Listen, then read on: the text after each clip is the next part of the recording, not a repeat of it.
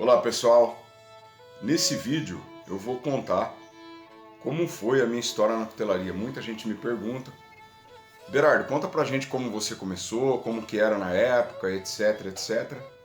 E hoje eu estou inspirado a falar um pouco disso. Antes, uma notícia: no último dia 25 de agosto fui promovido de capitão ao posto de major da Polícia Militar do Estado de São Paulo. Tá? Tem muita gente que me chama de capitão, agora mudem para major. Graças a Deus, só tenho a agradecer a Deus. São 26 anos de carreira, nenhuma punição. Eu fui condecorado 23 vezes e graças a Deus, nunca perdi nenhum comandado em ações operacionais. Nunca ninguém foi morto nem ferido sob o meu comando. E nunca ninguém foi condenado agindo sob meu comando. Então eu agradeço muito a isso. Tá? Então, pessoal, vamos começar. Eu vou contar para vocês como foi a minha trajetória na cutelaria. O meu contato com facas se deu desde sempre, né? Desde a mais tenra idade. Meu pai, José Francisco Berardo, era um pescador. Ele pescava no Xingu, no Mato Grosso, nos rios mais longínquos do Mato Grosso. Eu lembro que ele fazia viagens muito longas em estradas de terra para poder pescar, e a vida do meu pai era poder pescar. Na minha casa, na casa que eu fui criado, tinha um porão bem grande e era cheio de equipamentos de pesca, anzóis noruegueses, molinetes importados do Japão, não sei de onde, numa época onde o comércio não era aberto, era difícil de se obter esse tipo de equipamento. Meu pai já tinha tudo isso, tinha 2 motores de polpa, tinha 2 barcos. A vida do meu pai era pescar. 2 ou 3 vezes por ano ele fazia essas viagens longas. Me lembro muito bem, eles iam em turmas grandes de 15, 18 pescadores, em caminhões boiadeiros, aqueles caminhões de transportar gado mesmo. E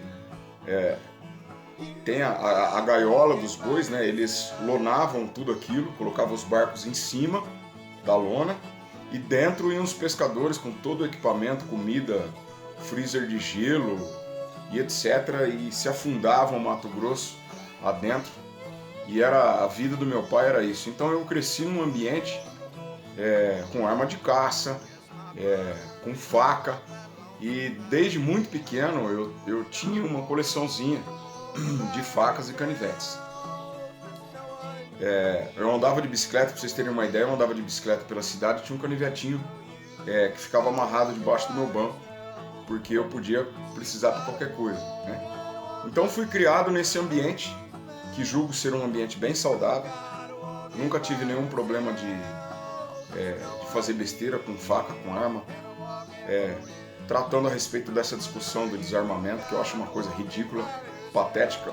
Querem desarmar o povo brasileiro, né? Desarmaram o povo brasileiro para instalar uma ditadura comunista maldita e destruir o país como estão destruindo atualmente a Venezuela. Mas felizmente fui criado nesse ambiente. Eu me recordo que aos 10 anos de idade eu ganhei de presente de aniversário uma faca da Tramontina bem antiga.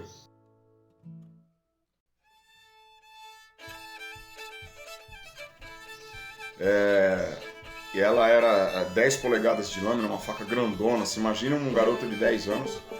E ela tinha um saca-rolha que se levantava do cabo. Provavelmente muitos de vocês devem ter tido essa faca. E na lâmina tinham desenhos pintados de ambiente de caça, de pesca. Era uma faca grande, enorme para a época. Eu tinha 10 anos de idade. E eu me lembro de eu ficava com essa faca na mão o dia inteiro, eu adorava, alucinado com faca, com rambo, com estar no mato e etc. Eu pescava com meu pai também. Me lembro de uma das pescarias que eu fui de Monte Aprazível, onde eu nasci, no interior de São Paulo, até o fundão do Mato Grosso, deitado aonde vão os alto-falantes do Opala antigo, 1979. Tem aquele espacinho atrás do banco dos passageiros. Eu fui lá atrás deitado porque não cabia, eu queria ir de todo jeito. No fim, meu pai concordou, me colocou lá e eu viajei algo em torno de 1.500 quilômetros, muitos deles na terra, deitado lá para estar junto com meu velho no meio do mato. E muito rapidamente já comecei a caçar, ganhei espingarda e meti a minha faca na cintura. Eu tinha uma roupa jeans que eu tingi torcido. Primeiro pus na água sanitária, manchei ele todo, depois tingi de verde, então virou um camuflado, porque na época não tinha como encontrar e vivia pro mato caçando pomba, caçando essas coisas, e sempre com uma faca ou um canivete na cintura, né? E essa faca dos 10 anos foi muito marcante, eu adorava essa faca, estava sempre com ela nas mãos. E um dia eu estava no quarto do meu pai estava tomando banho, o quarto dele já tinha um banheiro junto, e eu estava admirando essa faca, sentado na cama dele, admirando, olhando a faca, e assim, amava aquilo, né? E a faca escapou da minha mão e caiu e fincou no peito do meu pé. Bem no meio do peito do pé, eu tenho a cicatriz até hoje. E caiu ali, cravou e ficou. E eu entrei em desespero, comecei a gritar, chorar. Meu pai saiu do chuveiro às pressas, tirou a faca do meu pé. E hoje eu tenho lá uma bela cicatriz no peito do pé, lembrando desse momento que foi legal. Depois dessa infância bem criada, bem aproveitada, essa infância feliz, só fazendo um paralelo, tá, pessoal? Às vezes a gente critica muito essa geração de hoje, essa geração mimimi, essa geração fraca, essa geração não sei o quê.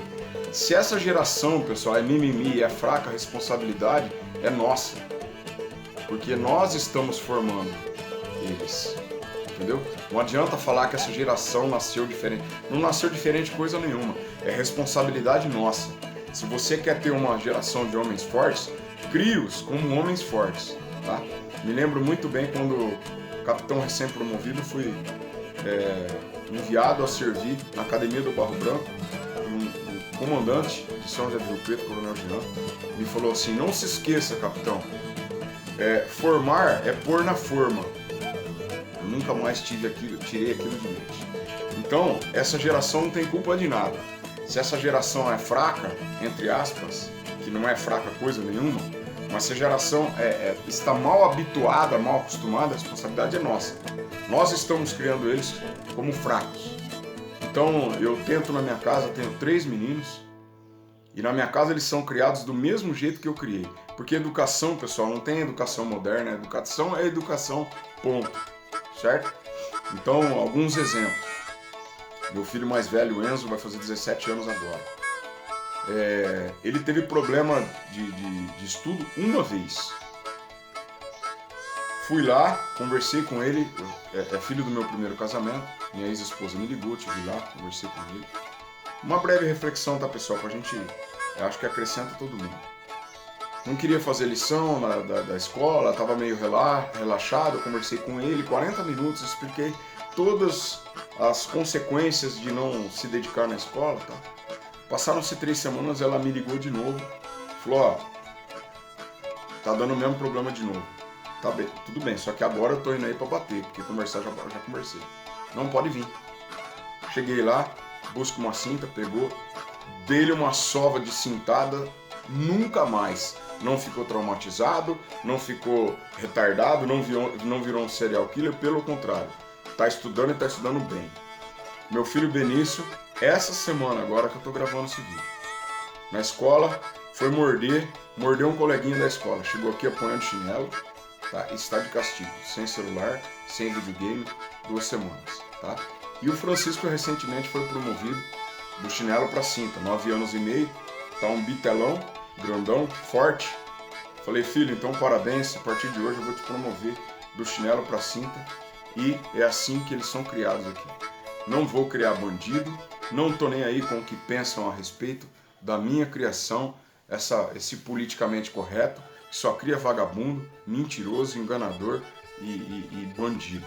Na minha casa, no que depender de mim, não, vão sair homens corretos, homens de bem. Voltando para a cutelaria, 1994, segundo ano do curso de formação de oficiais na Academia do Barro Branco. Não sabia absolutamente nada sobre cutelaria, nada. E talvez influenciado pela revista Magnum, que eu colecionava, linha tudo, devorava as Magnum, sabia tudo sobre balística.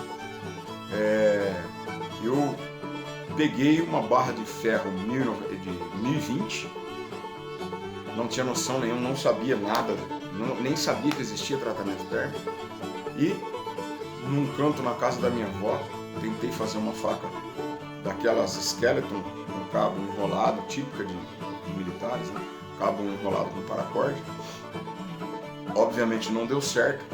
Me lembro que eu estava esmerilhando ela, caiu uma fagulha de aço dentro do olho, fiquei 2 dias com aquilo grudado no olho até chegar na segunda-feira, foi no sábado, até chegar na segunda-feira e tirar isso do olho para poder enxergar com normalidade, tá? Claro, a faca não deu certo, ainda bem, porque não tinha como dar certo também em 1020, não é um aço temperado. E fiquei com aquilo na cabeça, mas assim, desencanei, toquei a vida. Em dezembro de 2004 eu era casado com uma gaúcha, que é a mãe do Enzo, a Giovana, e a gente passava férias na casa do meu sogro, ex-sogro, que é uma pessoa fantástica, recém-falecida. E eu fui para a Serra Gaúcha, ela era de Gramado, e a gente estava passando férias lá, e a Giovana, minha ex-esposa, recebeu a visita de um amigo chamado Alberto, e batendo papo na cozinha, tomando mate, tomando chimarrão, ela falou assim: Edu, mostra para ele a foto das motos que você fez. Eu tinha feito 2 motos, pessoal. Uma delas eu comecei a construir dentro de um apartamento que eu morava.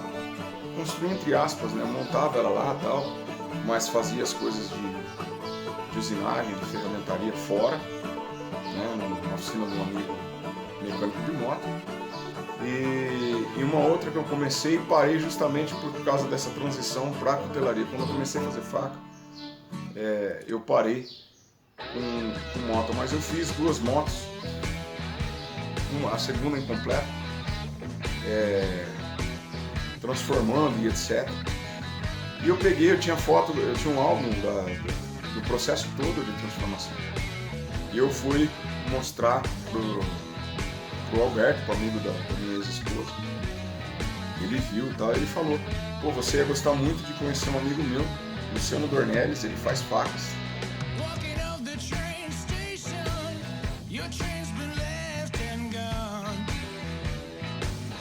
E faz facas lindas e tal. E eu me interessei. Falei, pô, pergunta pra esse Luciano, ver se ele não pode nos receber, né? E ele ligou pro Luciano. O Luciano estávamos em Gramado, na casa do meu ex-sogro, seu Aparício Foz. E o Alberto ligou pro Luciano, que ficava em Nova Petrópolis. O Luciano mora ainda em Nova Petrópolis, na mesma casa exatamente. Ele autorizou, nós fomos para lá. E eu cheguei lá, o Luciano estava terminando uma La Pampa, que é uma faca gaúcha maravilhosa, tá?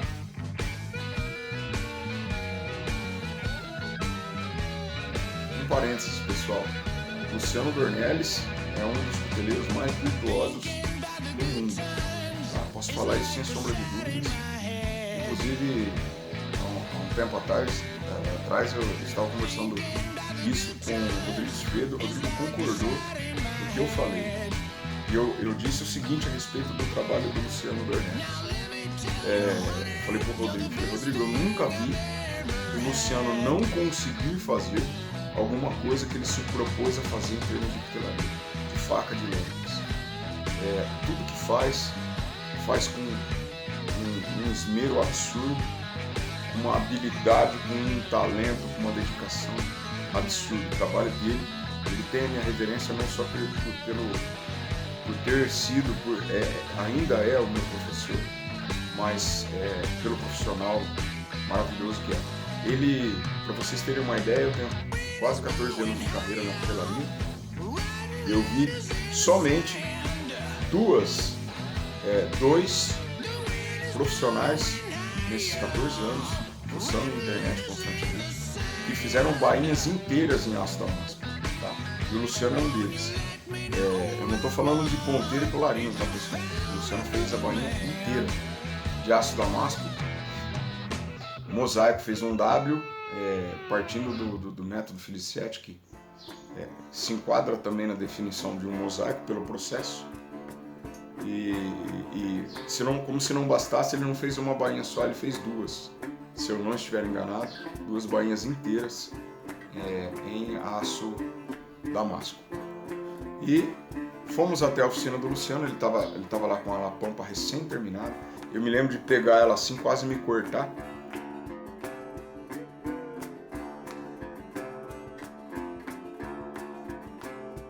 Com a faca, de medo de derrubar aquilo no chão, nunca tinha visto nem por fotografia uma faca de aço damasco, e fiquei absolutamente maravilhado com aquilo. Eu sempre, ainda que já policial militar, na época eu tinha 33 anos de idade, era primeiro tenente, ainda que já policial militar, sempre estando armado, eu sempre achei uma faca, uma lâmina, muito mais útil do que uma arma. A arma só tem uma destinação. E a faca não, a faca ela tem milhares de oportunidades de bom uso. Sempre amei facas. E eu vi aquilo, fiquei estarrecido com a beleza, com a dificuldade técnica. E fiquei com aquilo na cabeça. O Luciano foi muito gentil, a gente deve ter ficado na oficina dele umas 2 horas mais ou menos. Voltamos para Gramado. E fiquei com aquilo na cabeça. E nessa viagem nós ficamos 15 dias na casa do meu sogro em Gramado. Passou-se uma semana, eu não conseguia pensar em outra coisa. Falei com o Alberto de novo, falei, Alberto, liga lá de novo, vê se ele não nos recebe, mas eu não estava pensando em fazer facas, eu não sabia que eu tinha qualquer tipo de pendor para isso. E ele aceitou nos receber, fomos lá novamente, fiquei lá, e ele percebeu que eu estava tão empolgado que ele resolveu, ele se predispôs a me ensinar. Ainda que tivéssemos o problema da distância, 1.400 quilômetros de distância, e ele me forneceu um livro em espanhol e um livro em português. Eu lembro que eu procurei uma universidade lá acho que de Canela, que estava com Xerox funcionando, tirei Xerox tudo, devorei aquele material, li tudo. Ele me deu 2 pedacinhos de jacarandá para fazer cabo de faca e me deu um pedaço de manta. Ele falou, isso aqui você não vai conseguir encontrar para comprar. E eu já tirei algumas fotos, tirei medidas do extintor de incêndio, da Forge. E vim embora para casa. Eu me lembro que eu cheguei no domingo 11 horas da noite. Na segunda-feira de manhã eu ainda estava de férias da polícia. Fui atrás, já falei, já vou atrás disso agora, porque se eu deixar para fazer depois do almoço eu já não vou fazer e não vou correr atrás de nada. Comprei um extintor de incêndio usado, cortei, fiz as tampas, fiz uma forja, um pedaço de manta que ele me deu. Arrumei, ganhei do Luciano Leal um pedaço de trilho de trem. Luciano Leal daqui da cidade, meu amigo. E comecei na oficina do Sr. Armando, já contei essa história, numa das facas que eu fiz para agradecê-lo.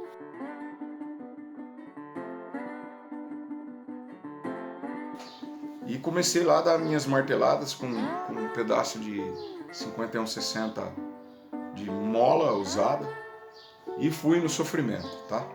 Isso foi em janeiro de 2005.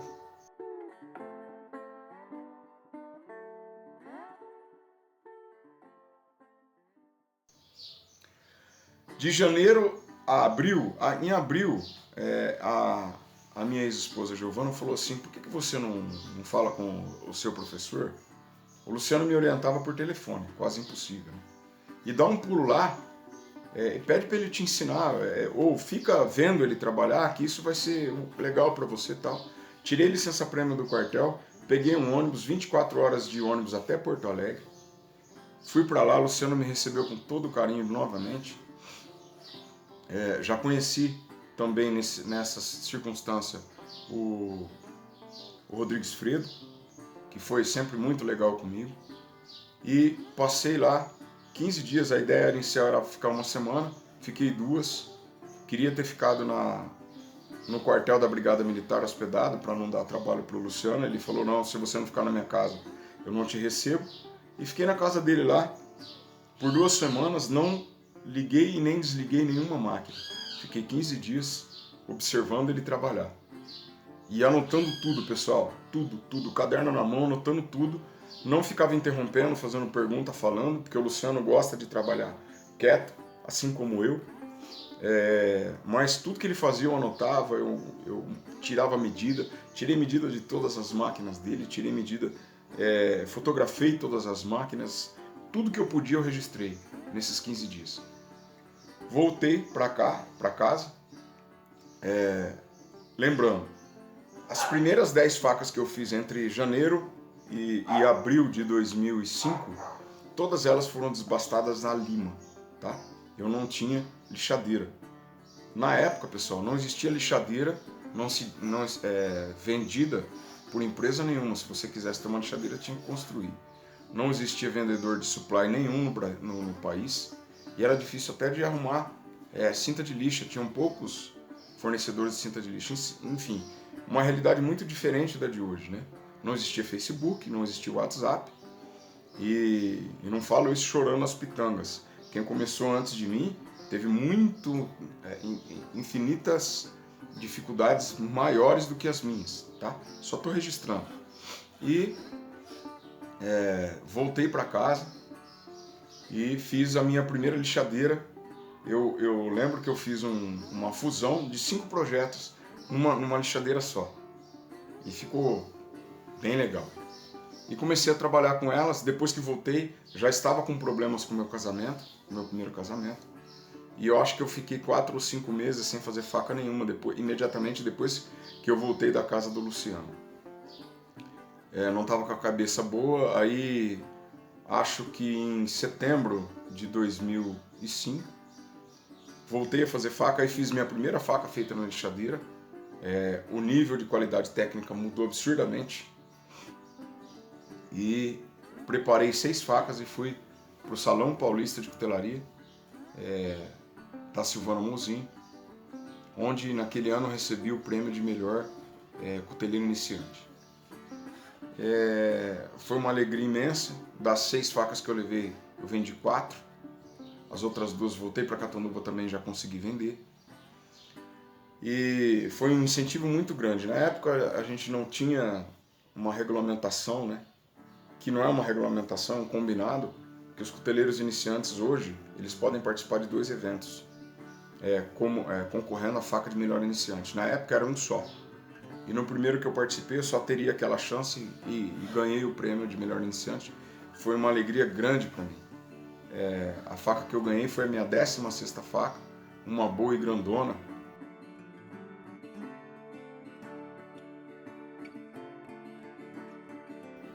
Tá lá no meu blog, no currículo, tem lá a foto dessa faca, tá pendurada aqui na parede da minha oficina. E uma boi bem bonita, inspirada completamente numa boi do Luciano. E daquele momento em diante não parei mais de trabalhar. Como eu sou tempo parcial, né, part-time, tudo que eu ganhava na oficina era um dinheiro que eu não contava, né, no meu orçamento. Então eu reinvestia na oficina. Então qualquer faca que eu vendesse, eu comprava uma máquina, comprava insumos e etc. E assim eu fui equipando a minha oficina. Como eu contei para vocês, eu trabalhei um bom tempo na oficina do Sr. Armando.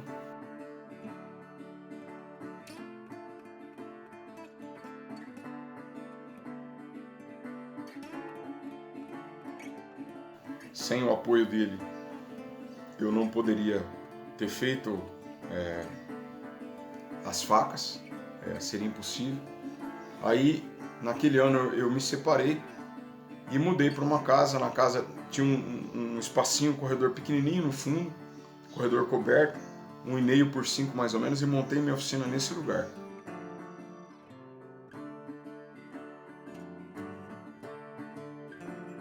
Só 1,5 por 5.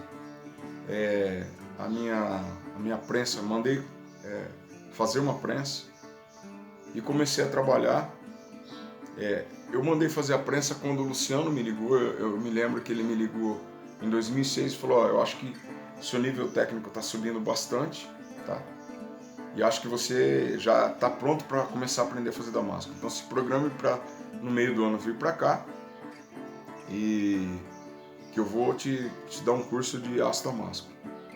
Uma generosidade sem tamanho do Luciano Dornelles novamente. E fui para lá, ele nunca me cobrou um centavo, muito ao contrário, só me ajudou, me deu material de presente. É uma pessoa que eu tenho uma profunda e eterna gratidão. Sem ele, a cutelaria não é só para mim, pessoal. A questão de retorno financeiro, muito longe disso.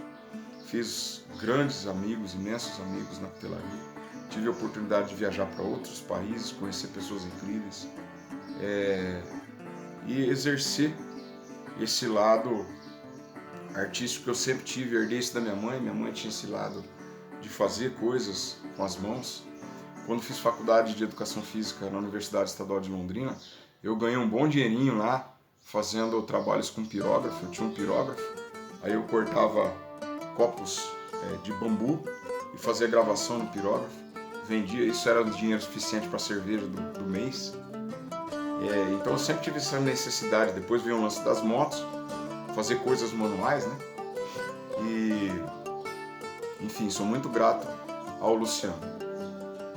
No meio de 2006, julho, fui para lá.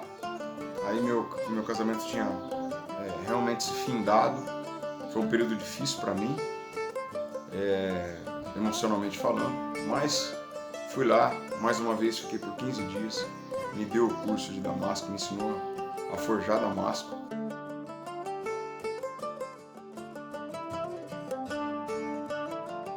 Forjei na prensa dele e voltei.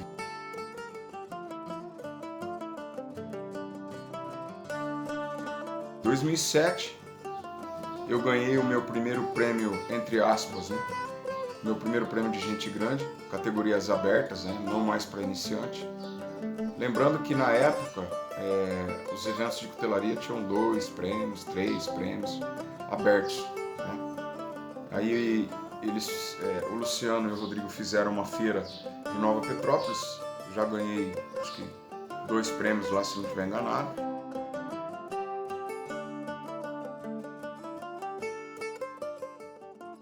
Naquele ano. E em setembro de 2007 meu pai faleceu num acidente, justamente voltando de uma pescaria. Eles estavam no Mato Grosso, ainda dentro da fazenda, numa estrada de terra. Meu pai estava sentado no banco de trás de uma caminhonete cabine dupla e numa curva o motorista se perdeu, a caminhonete tombou e meu velho fraturou o pescoço e morreu na hora, né?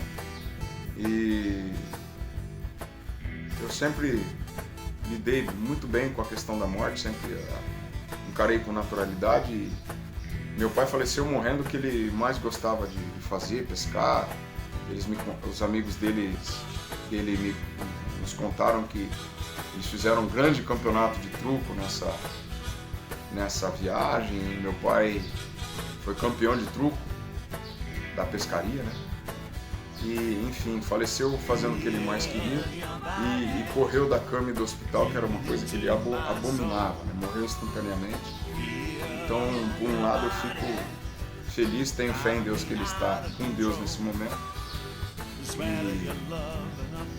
E na sequência, a gente estava há alguns dias, 2 meses acho, da feira da Silvana Mozinho, Salão Paulista de São Paulo, né? E eu fiz uma única peça, uma espada, um gládio integral, uma espada integral, gládio integral modernizado assim, uma bombinha gaúcha, bem trabalhado.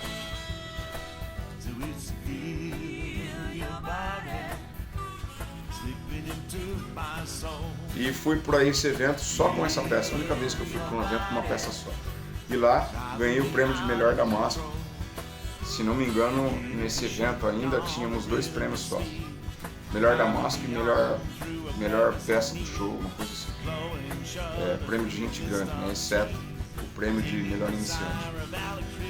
Gente grande não falo depreciando, tá, pessoal? Falo Tom de brincadeira. E dali para frente, minha carreira se deslanchou. Atualmente eu tenho 29 prêmios na carreira, provavelmente para por aí. No Brasil não tenho intenção nenhuma mais de concorrer. Acho que como Master, como um dos 3 Masters, minha missão agora é ajudar os outros. E muito provavelmente os eventos que eu participar, devo ser convidado a julgar as melhores peças. Pelo menos seria a lógica, né? E tenho uma vida muito grata por tudo que eu vivenciei, grata a Deus, por tudo que eu vivenciei na cutelaria. Tenho que agradecer pessoas como Luciano Dornelles, Rodrigo Esfredo, que me acompanha desde o começo, me ensina, me orienta desde o começo. Gustavo Vilar, também é uma pessoa de uma sabedoria, um conhecimento técnico absurdo, que sempre me orientou. Ricardo Vilar, que muitas vezes também me socorreu, me orientou, me ensinou. Jerry Fisk, que algumas vezes diretamente, outras vezes indiretamente, porque o Jerry Fisk ensinou a todos os grandes cuteleiros da primeira geração no Brasil, né? Enfim, o conhecimento que a gente pratica hoje no país, direto ou indiretamente, veio do Fisk, porque ele ensinou aos primeiros cuteleiros que se despontaram internacionalmente. Então o Jerry Fisk tem uma dívida grande com ele. Meu aluno Luiz Gustavo Gonçalves, que me incentivou a fazer os testes da ABS. A Silvana Mouzinho, que mantém uma imensa divulgação da nossa arte no país. Enfim, se fosse nominar, esse vídeo duraria 12 horas. Todas as pessoas a quem sou grato. Seu Armando, que me ajudou muito no começo, me cedendo espaço para trabalhar. Sem ele não teria como fazer facas. Enfim, pessoal, a cutelaria foi um presente de Deus na minha vida. Por isso que hoje tento fazer da melhor forma possível, passar de ensinar as pessoas sem qualquer interesse financeiro nisso, porque eu aprendi tudo gratuitamente. Quando comecei a aprender, não existia nenhum curso montado no Brasil ainda. Se aprendia ainda na tradição oral, de um passando para o outro, sem um curso previamente sistematizado. Não existia máquinas prontas, não existia lixadeira, não existia nada, né? Isso eu estou falando de 14 anos atrás. Quando comecei a fazer damasco, pessoal, acreditem vocês ou não, no país todo tinha aí 10, 12 pessoas que realmente sabiam fazer damasco. Tinha alguns aventureiros que tentavam fazer umas coisas horríveis e depois abandonaram, né? Mas hoje, se vocês forem ver, o nível técnico que a gente tem conseguido é imenso. Novos cuteleiros surgindo a cada dia. E eu acho que isso tem a acrescentar na carreira e na vida de todo mundo. Como sempre falei e insisto, a gente não precisa se esfaquear, se sacanear um ao outro por causa de clientes, porque um novo cliente nunca compra de um cuteleiro só, compra de vários e beneficia a todos, tá? Então, minha história na cutelaria basicamente é essa. Fico muito feliz por esse presente, sou muito grato a Deus por isso, tá bom? Espero que a minha história inspire de alguma forma alguém a seguir firme na carreira. Um abraço, que Deus abençoe vocês.